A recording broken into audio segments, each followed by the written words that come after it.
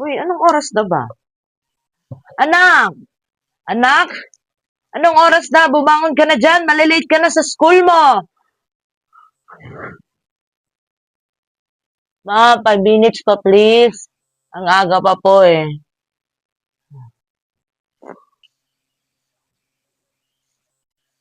Anak, mag-aalas 7 na. Babangon ka ba o ako magpapabangon sa'yo? Ma, konti pa please.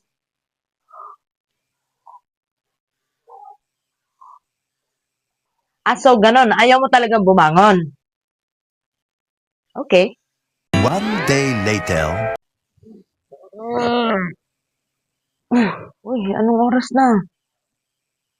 Mag-aalas 5 na. Nasaan na kayo si mama? Bakit wala siya dito sa kusina? Nasaan kaya yun? Mapuntahan ko nga sa kwarto. Ma, mag-aalas 7 na. Hindi ka pa babangon? Hindi pa po ako nakapaghanda ng baon ko. Anak, mamaya na. Inaantok pa ako eh. 5 minutes pa, please.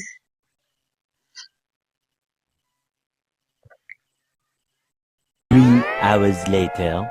Ma, anong oras na? Late na ako sa school. Hindi na ako mag-aaral.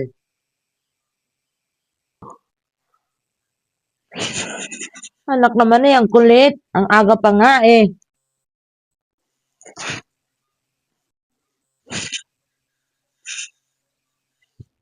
Anak naman eh, ang kulit mo. Sinabing ang aga pa nga eh. Ano ka ngayon? Ang palit tayo ng oras, ha?